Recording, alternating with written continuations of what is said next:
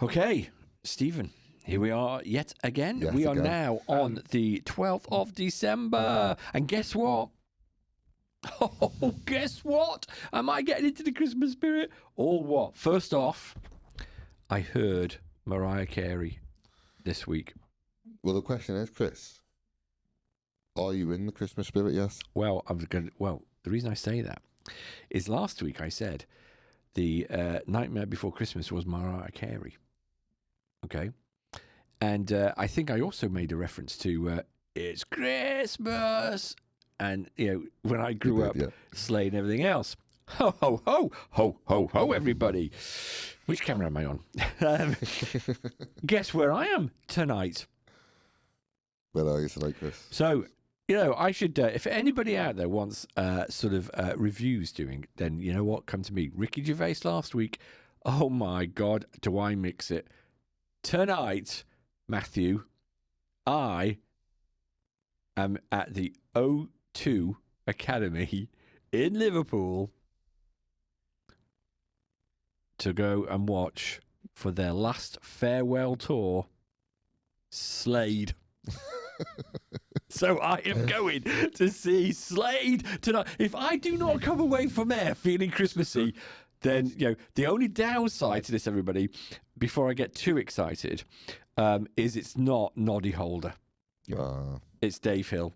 Really? Do you know Yeah. So his guitarist. Yeah. So it's Dave Hill's version of so he's an original member of Slade. But yeah, going there tonight. So they will be, I dare say, singing It's Christmas, probably at the end of the night. I would imagine that you would definitely be in the Christmas spirit after that. You can't fail to be, can you? So whilst I get wound up at listening to crappy, I'm sorry everybody, I know it's popular, but crappy bloody Mariah Carey, it just winds me up.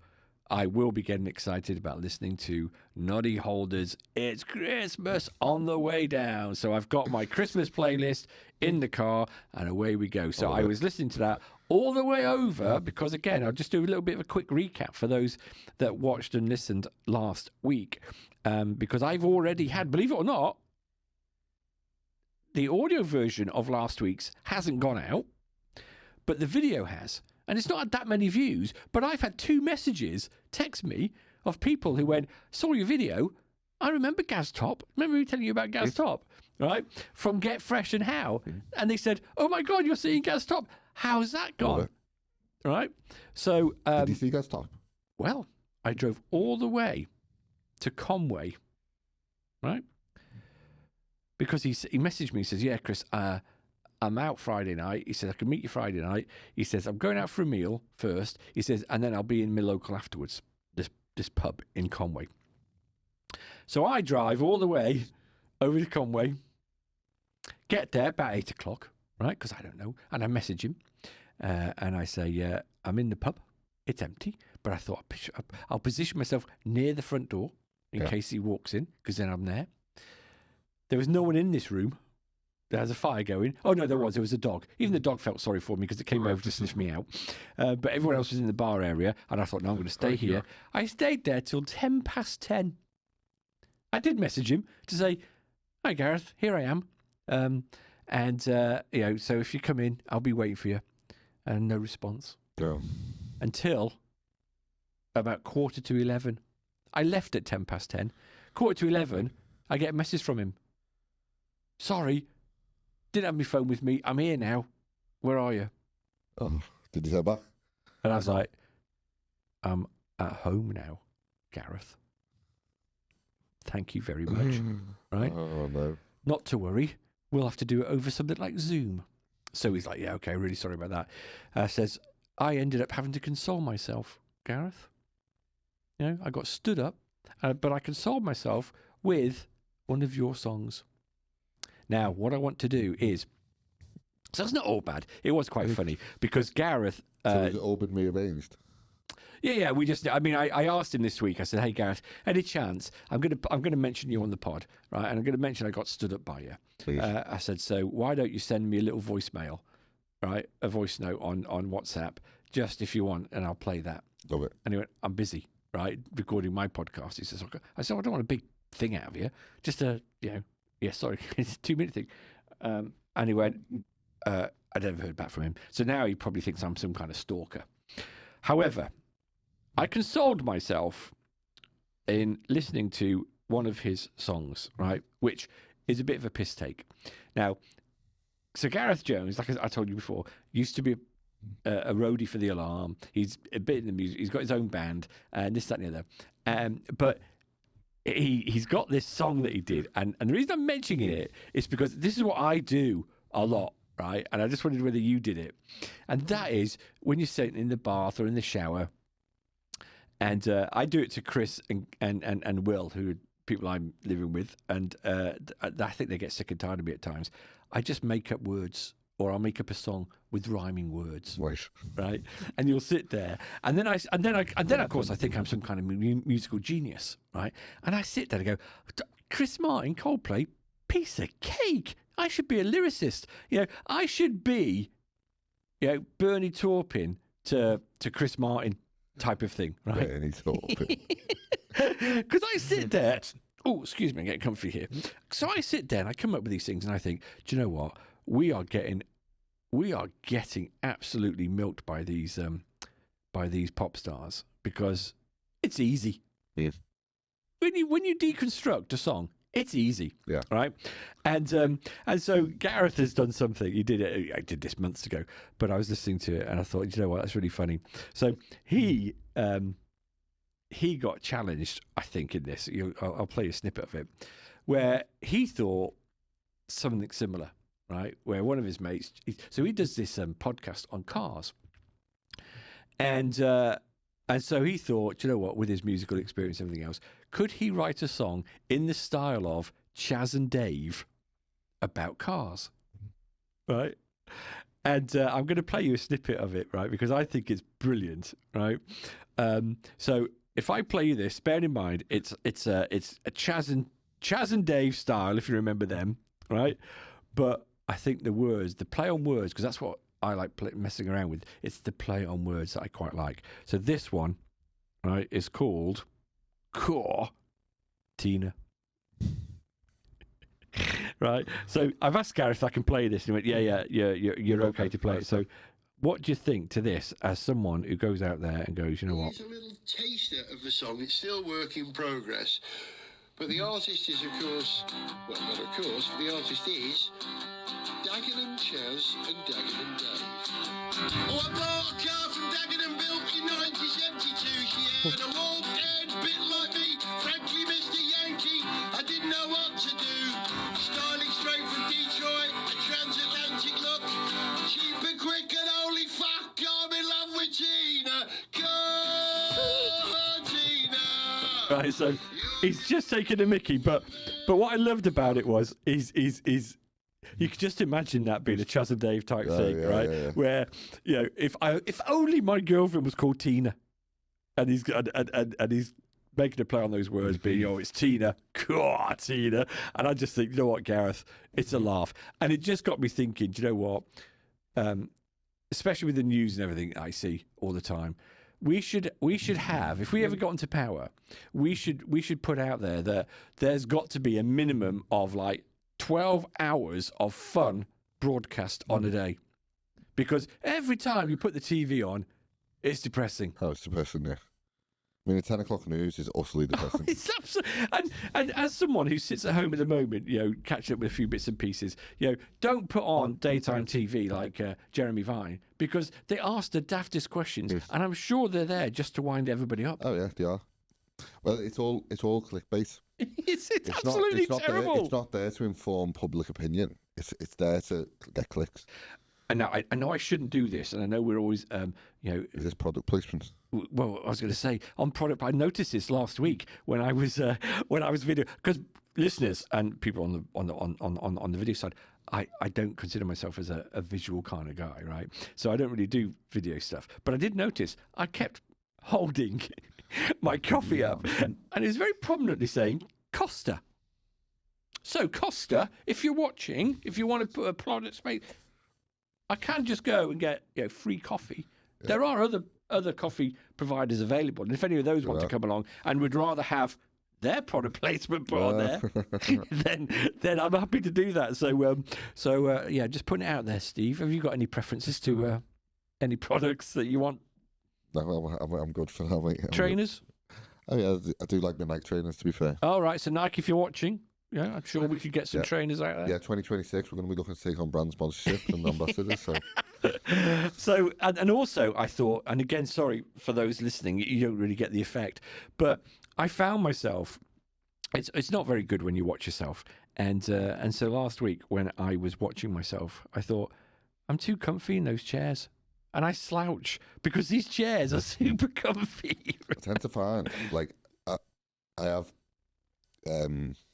potential clients, podcast guests in most weeks now, and the first thing they say is, "Oh, these seats are comfy, aren't they?" Oh. And I notice them going down and down and down and down. And if you watch this, you'll see me going down on the video, but we start off quite upright at the start of the podcast, and then we end up slouched at the end. Oh, honestly, when I was watching myself, I'm thinking, you lazy son of a gun. Well, just to give a bit of context on this, Chris was here all the way through the construction of the content room, and long story short, really helped me out along and give me some solid advice along the way. But there were times where you didn't really want to go home. Steve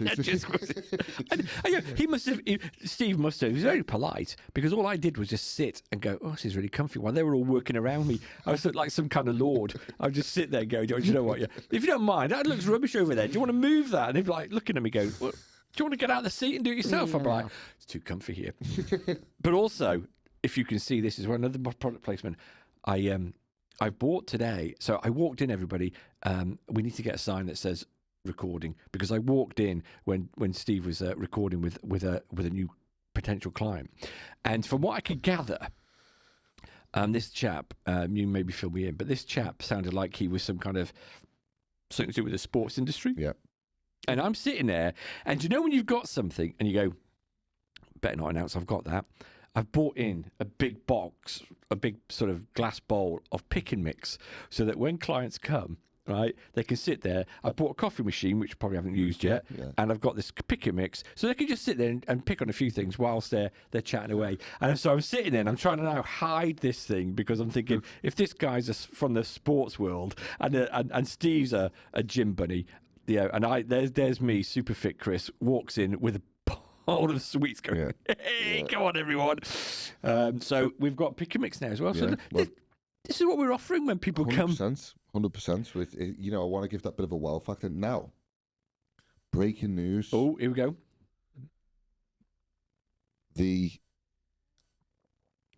As part of the concept room agreements with the building that we're in, we get a handyman to come once a month. Right. And just do our jobs. And you basically make a list of all the jobs you need doing, and then he'll come and he will do them. Yeah.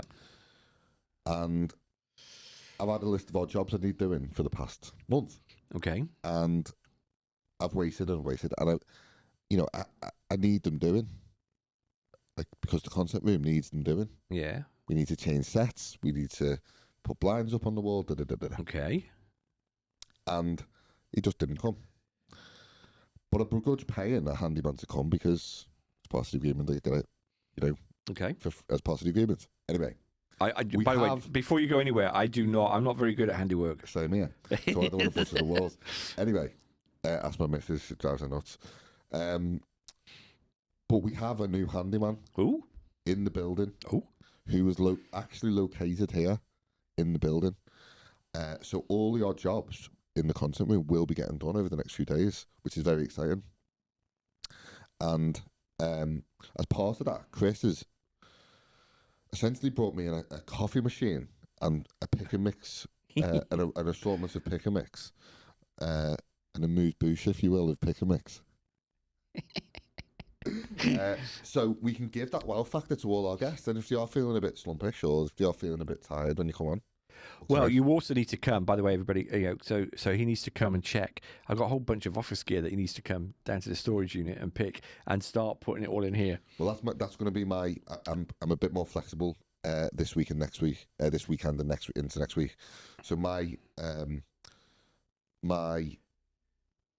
number one task work-wise is to go to Chris's house. And by the next podcast, I will have basically borrowed some of his stuff that he doesn't want anymore. Honestly, and so you can have your own little coffee bar. Yeah.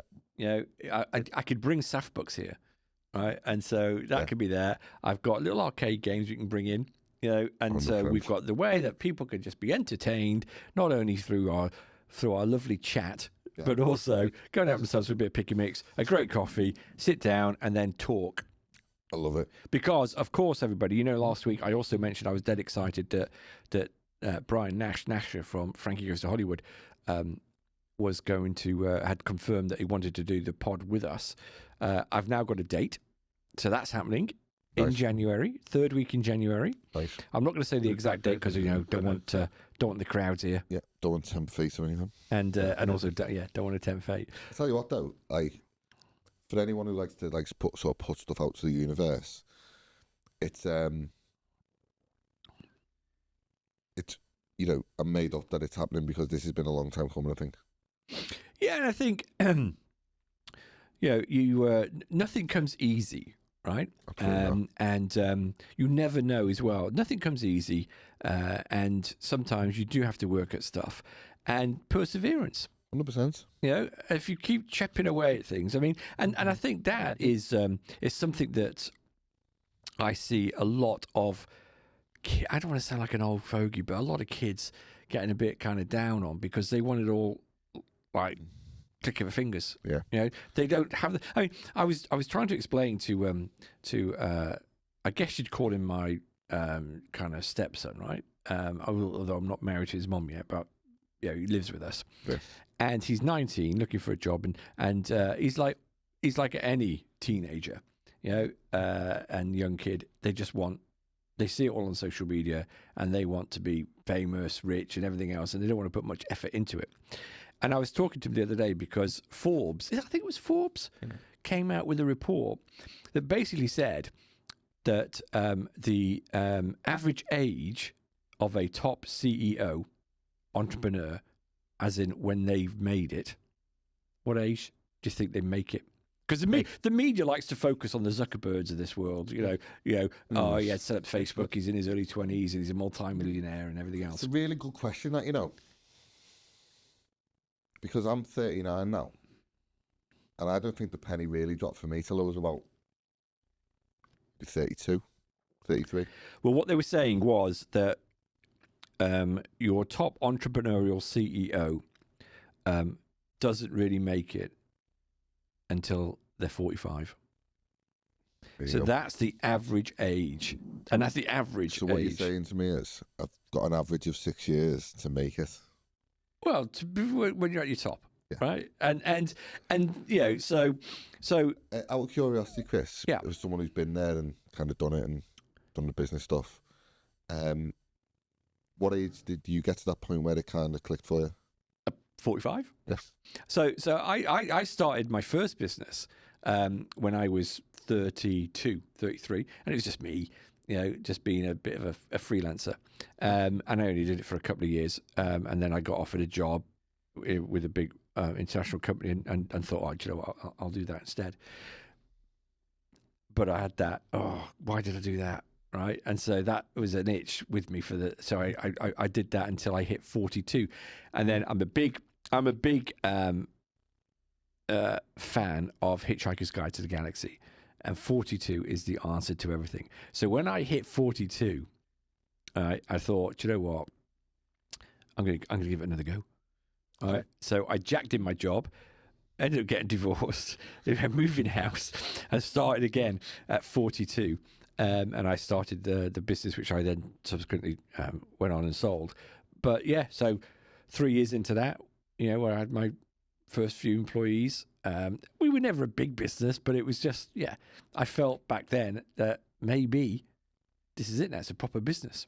Yeah, it was a lifestyle business. It was giving me a good wage and everything else. But yeah, in my 40s. I love it. So yeah, that's quite.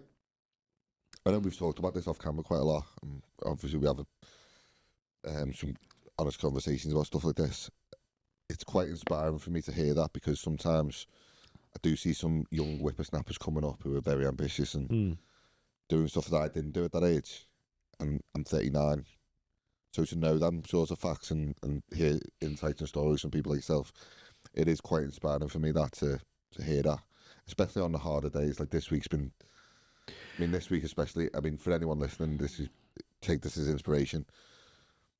I mean, it's been a really tough working week. I mean, the amount of, the volume of stuff that I've had to get through this week has been challenging. Yeah, and you know what? I'll be honest. Yes, I've been taking it easy for the last couple of years. I get that, but that doesn't mean I don't want to do things. Do you have an appetite to get out there and do more stuff? I do, and I want to get out there and do more. I want to focus on and this is going to be kind of like the sort of thing I'm going to be asking on the new pod with the that was then, this is now, because those people like Nasher, you know, he's now doing something completely different, right?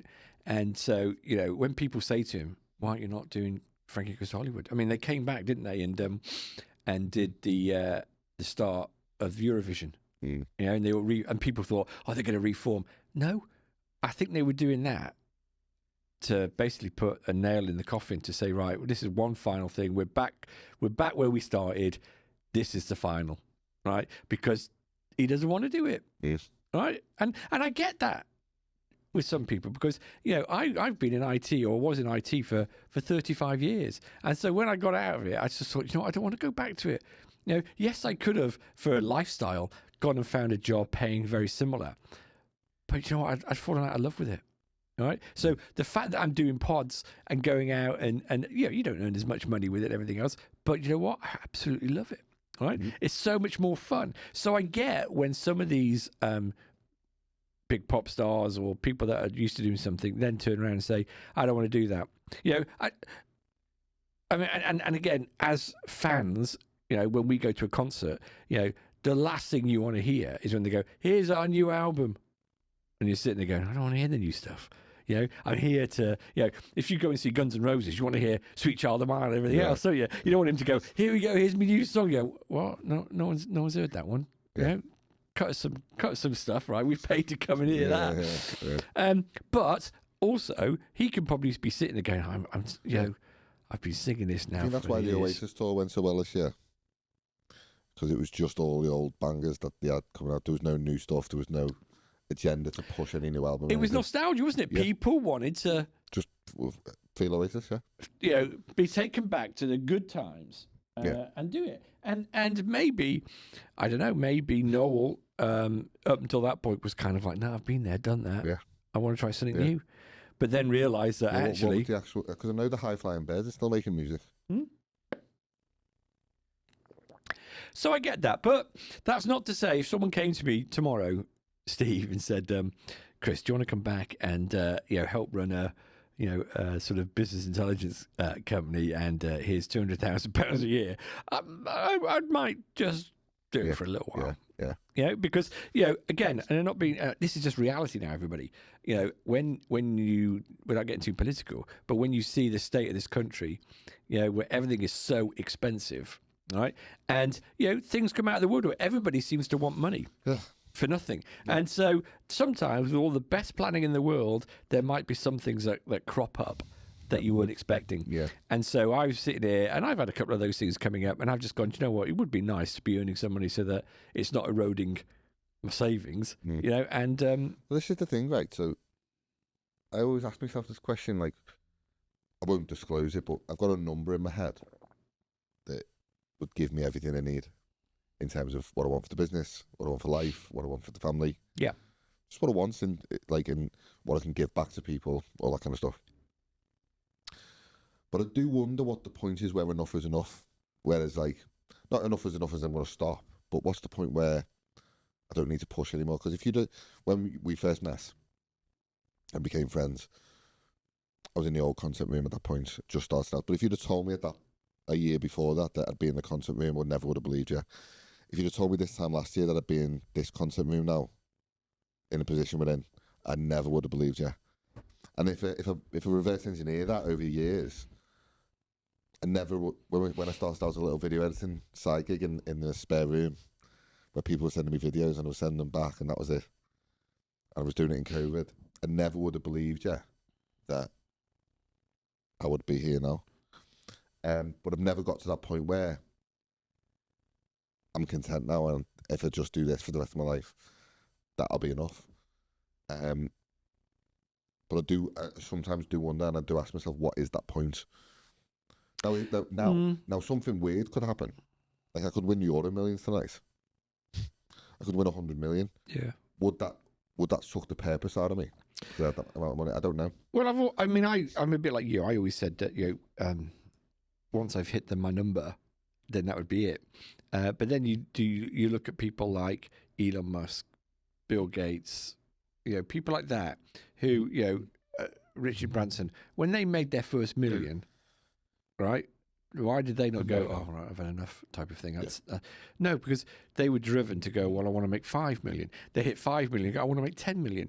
And it becomes that, even now, and this is why I'll never be a multimillionaire, because, you look at the likes of, Bill Gates and all them, what keeps them going? Right? What keeps, Elon Musk going? Do you think it's an element of ego? I think it's an element of just, curiosity. It is, but I mean, people don't probably want me to, want to hear me say this kind of crap. But I decided to take it easy for a number of reasons, but partly, when I sold my business, I thought I could just go and get another job, and just carry on the lifestyle, right? But for what? Because I wouldn't be enjoying it. I'd be still doing the 9 to 5, getting up, traveling down, doing stuff for other people, this, that, and the other. For what? All right? What, for just more money? And to do what with it? Because I'm working. So I wouldn't really be enjoying it. I'd just be a slave again to keep this lifestyle. For what? Yes. I'm emptying my house at the moment, which, because I'm moving out because I've got somewhere else. And the amount of shite, the amount of stuff that I've accumulated, for what? I didn't even know I had half the stuff. And so you sit there, and so I've taken this view. And again, there's probably a lot of people whose their wives don't want me to say this, but I sit there and I go, do you know, why are you still working? Surely you must have enough to live off if you just cut your cloth accordingly, right? Because you'll be amazed at how little you actually need, to live. But then, I get it that some people go, yeah, but I still want a brand new car every year. I still want to live in a £3 million house. I still want to have 6 holidays a year. So it's an interesting question. Yeah. So if you want to carry on with that same lifestyle, of course you've got to, have the same amount of money, I guess, coming in if you are still doing that. But do you know what? I decided to sit back and go, no, I'm gonna reevaluate what it is that I want, and not put myself under pressure. You know what? Fair play for having the wherewithal to actually just to have the self-awareness to do that, because it'd be so easy, the position you were in, to just plough through and keep going and try to make the next £500,000. But I guess that's why I will never be, Richard Branson. But that's the thing, isn't it? Like, I think everyone does have a tipping point of like, that's enough now. I just don't know what mine is, and I do ask myself that question sometimes of, if I did win the Euro Millions tonight, would it suck the purpose out of me? I'd like to think not. Well, I look back, and again, maybe it's age, right? But I certainly look back, and when I was a teenager in early 20s, I was such a capitalist. That's all I wanted. I wanted the fast cars, the big houses, the lots of money, because I didn't have it, right? But I was chasing it, and you carry on chasing it. And then I got to a point in my mid-30s where, again, I wasn't massively successful, but I was earning enough, right, to make me go, oh, doesn't make you any happier, And I think I read a report that they said that there's like a happiness index with how much you earn, and they said something along the lines of, I'm going back a few years now, when you get past £46,000 a year, the money doesn't make you any happier, because it brings different pressures. So when you're earning £150,000 a year, we all sit there and go, oh my God, you must be amazing, right? Your life must be. No, because you tend to find that those kind of people have got bigger debts. They've got, bigger numbers, bigger houses, bigger lifestyle, and everything else. And so it doesn't make you any. You're not sitting there going, "I've got a £20,000 house, but I'm earning 200,000 a year, and therefore I've just got so much cash sloshing around. I don't need to worry." We don't. We end up doing stuff to fit what we're earning, and that's why we keep like pushing. how many people live in massive houses but penny pick on food shops. And Yeah. I really wonder sometimes, like, say I won the lottery, it's pie in the sky stuff. Yeah. But say you did come into a lot of money for no real reason. I'd like to think that it wouldn't suck the purpose out of what I do. To feel like with the content stuff that we do and the podcasting, I'd like to think that me and you could sit down every week, no matter how much money we had, and have a good conversation. But like you say, if you did have that much money, we would probably have a production team in place and different systems in place and operating systems. Like I say, you end up spending more because you can, right? Yeah. And then before you know it, it's like, wow, where did all that money go? Yeah. And because I've often sat there and thought, how can someone who is a multimillionaire, let's say they exited with 10 million quid. Because surely the drive for someone like Elon Musk is not more money. It's not to become a trillionaire. No.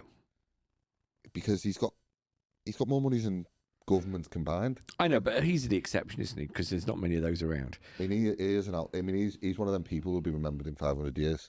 Yeah, but we touched on this last week, or the week before, about how more and more people in the £500,000 bracket are going bust because of this whole kind of, they think they deserve some kind of luxury lifestyle. They're not very good with money, but because they earn a lot of money, they go out there and they think, well, I need the big penthouse, I need the flash cars, I need the glorious holidays, and before they know it, they're spent up. So, yeah, it's interesting. Interesting topic, yeah. Interesting topic. So what's new in the world of Chris? Well, so I just want to touch on something else, right? And again, it's kind of like pushing the new podcast that I'm going to be doing. That was then, this is now. Do you feel like, just to ask you the question on this, do you feel like exploring people's life stories and exploring the then and now? Oh God, yeah. Do you feel like that comes with like a certain age? With a certain age? Yeah, no, absolutely. Because do you become a bit more nostalgic and reflective over time? I think some people do. I certainly do. Because for me, when I think about things, music's a big part of my life, right? In terms of memories and everything else. And I'm forever taken back to good times in my life when I hear certain songs. And then that transports me back to, let's say, when Nasha comes in, that will take me back to when I was 16, 17. And then I start thinking, God, what was I like at 16, 17? What were my aims? What were my goals when I was 16 and 17? And how have I progressed from there? And did my life turn into what I was expecting? Like you were saying there about, if I'd have told you a year ago, you're going to be in the content room here, and you were like, well, I'd never believe it. And so for me, that's what it's all about, right? It's, and I love that. And maybe I should, a lot of people say, oh, you should be living for the now. I do live for the now, right? And I live for thinking what's coming, but I don't forget what's happened, because what's happened has helped shaped us into what we are today. For sure. Right. And people might sit there and go, oh, for Christ's sake, it's boring. Well, it might well be, but you know what? You also learn from what went on. Definitely. Right? Because without doing all that, without,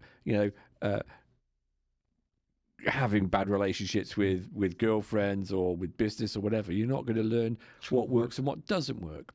And so the one thing I wanted to just touch on now and bring in, because I don't want this to be a feature of That Was Then, This Is Now, is obviously I'm a different generation to you. And so it got me thinking, and one of the questions I'm going to ask the guests that come on the show is, educate me with an album that you used to listen to back then, right? So what maybe your favorite album, or an album that you think people would benefit from listening to, and also one for now. And I just thought, you know what? Steve and I are of a different era. I'm about 15 years older than you, thereabouts. So I wanted to just say to people who are listening and watching that on that kind of topic, I'm going to recommend to you an album that I think you should listen to. right? Because you might have heard about them, you might not have, but just listen to it, right? Because I think it's a great album. And I'm going to come up with lots of them, albums through my career, right, that I've listened to and got a lot from. And I'm going to start with a band that I first came across when I was about 11, okay? And they were a band called Supertramp. And the album I think you should listen to is an album called Breakfast in America, because you would have heard some of their songs, like The Logical Song and Breakfast in America. But just the album, the way it's put together, the structure of the songs, the production value of it, I think is brilliant. So I think if you haven't listened to it, people listening and watching, if you haven't listened to it, just go and put it on Spotify or whatever, and just listen to it. It came out in 1979, right? And so I was 11 at that time, and for me, even now I still listen to it and go, do you know what a great album that was? So that's my number one. Go back and listen to, and there'll be others next week and everything else, but that's just number one. So I'm going to ask you, right, the same question, but you're going to give it me from a now perspective. What should I listen to? What album or music do you listen to, or would you recommend that I should have a listen to? That's a good question. That is a really good question. It doesn't have to be your favourite. So it's just a good one to. So my brain always goes to Definitely Maybe. That's not a now album. It's a 90s album. That's a freaking 96 or something, 95 album. Yeah. Now, we're not in a time warp, everybody, by the way. I feel like that's... No. It's even though sometimes I lose track of my days. But it is a great album. It's a great album. And that's where my brain was going then. Yeah.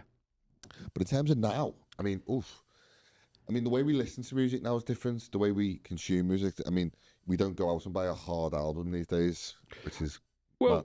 And one of the questions I'm going to ask... Because back in the day, you would have a release date for an album, and the anticipation would build up for this release date. And people would queue up outside HMV or whatever CD shop you'd go to. And they would... And you do massive sales.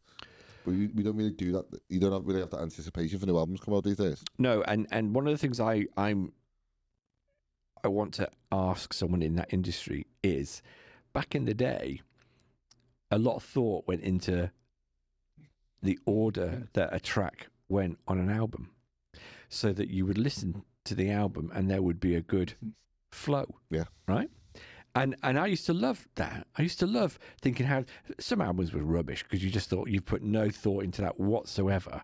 But there are some good albums. Purple Rain, for example, was a great album. How it started. So the first track, you kind of thought, oh, he's sucking me into some kind of like concert here. And you just followed the flow all the way through, right to the very last track, which was Purple Rain. And you kind of felt like you had some kind of little mini concert with him. Because every song was... So in theory, if you did go to one of them concerts, he could have that as a track list. Exactly. That would be... Whereas now, I think you're right, as we consume music, right, what do? We don't sit and listen to an album.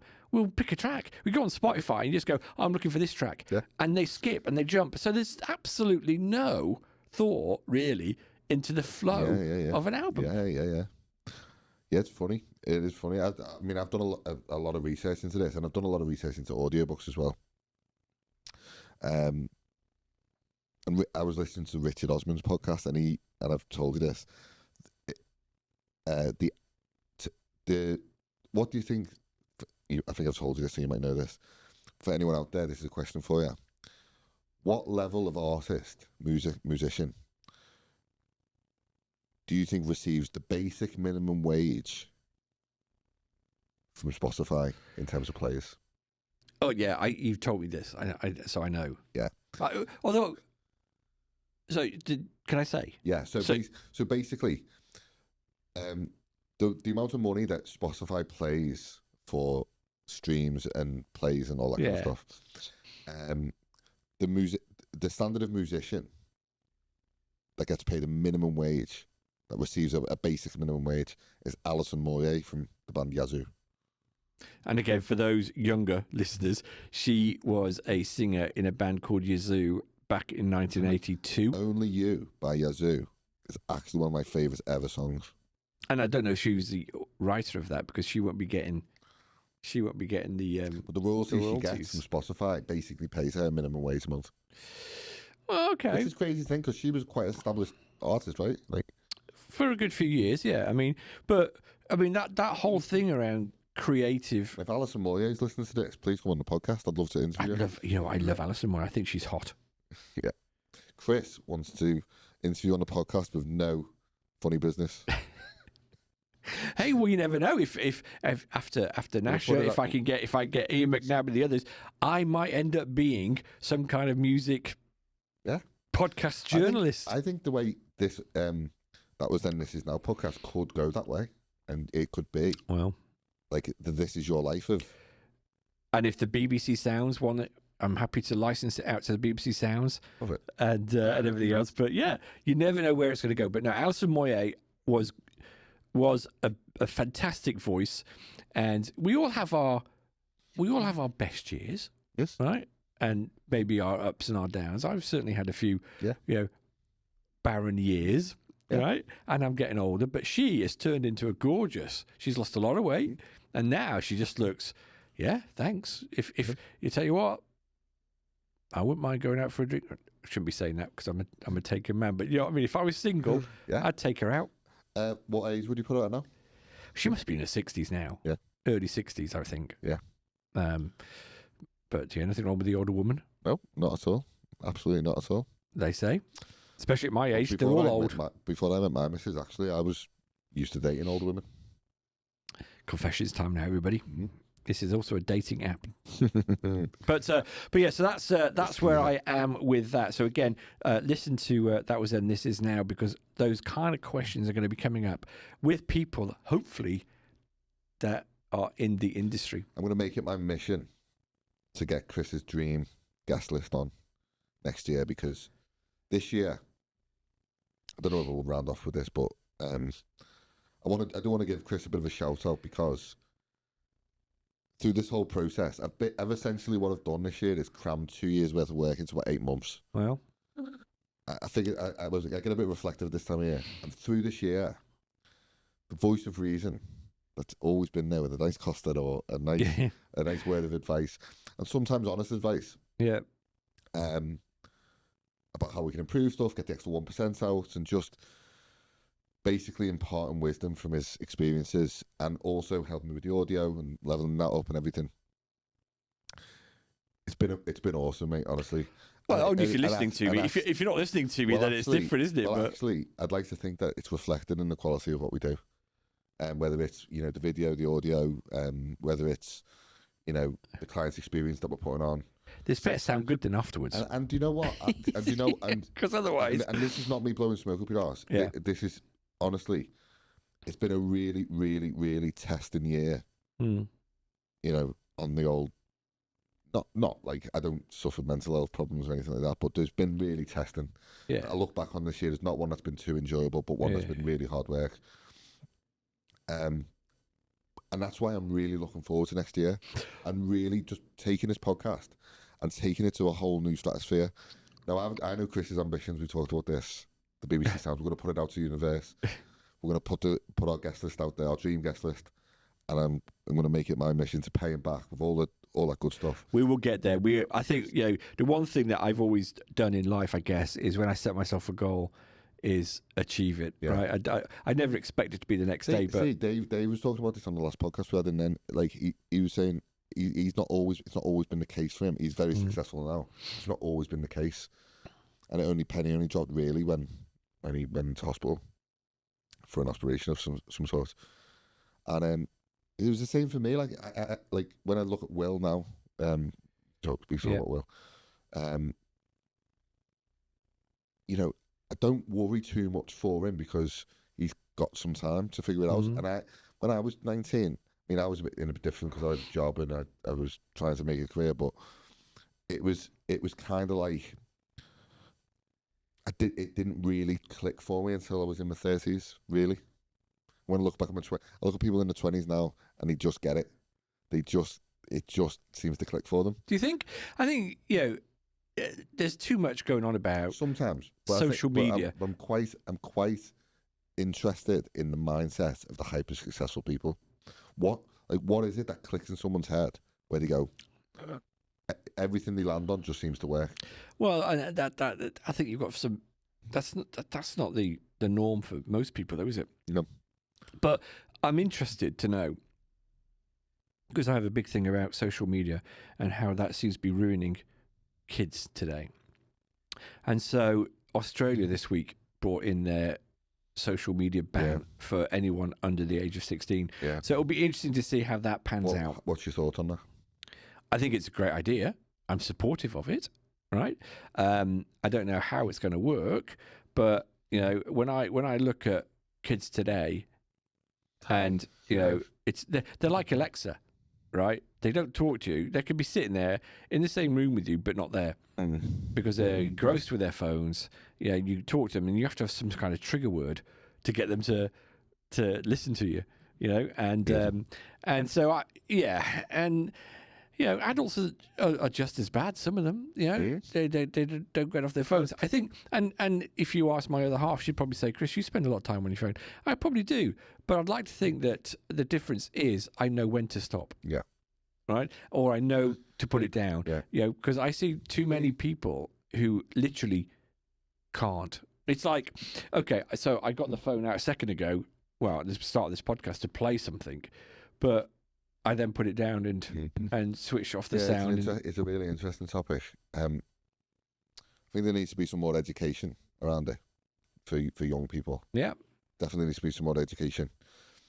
I think generally, there was a guy, a famous psychologist around, who studied ideas, and he said, I'm ad-libbing here, I'm paraphrasing a lot.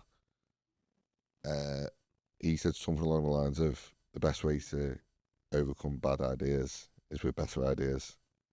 The best way to have better conversation, to overcome tricky conversations, with better conversations. And it's kind of like, I suppose I'm biased because I run a social media business. And I suppose in a way, it's kind of like, Stephen, here we are yet again. We are now on the 12th of December. And guess what? Such a good business off it. Oh, so guess what? I don't want to be ahead Am of I getting into the Christmas spirit? Or what? First off, I understand as well about I heard negatives to Mariah Carey this week. It's a tricky one. I mean, do I think there should be a ban?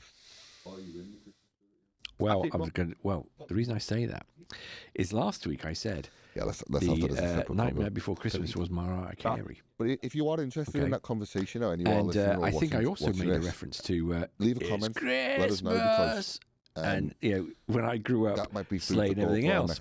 Ho ho ho ho ho ho! Everybody, which camera am I on? Guess where I am tonight. So, you know, I should. If anybody out there wants sort of reviews doing, then you know what? Come to me. Ricky Gervais last week. Oh my God! Do I mix it? Tonight, always good to see you. Matthew, I'll be back to normal next week. This week's been a bit of a mad whirlwind, but I'll be back on form next week. O2 Academy. Cheers, guys. In Liverpool.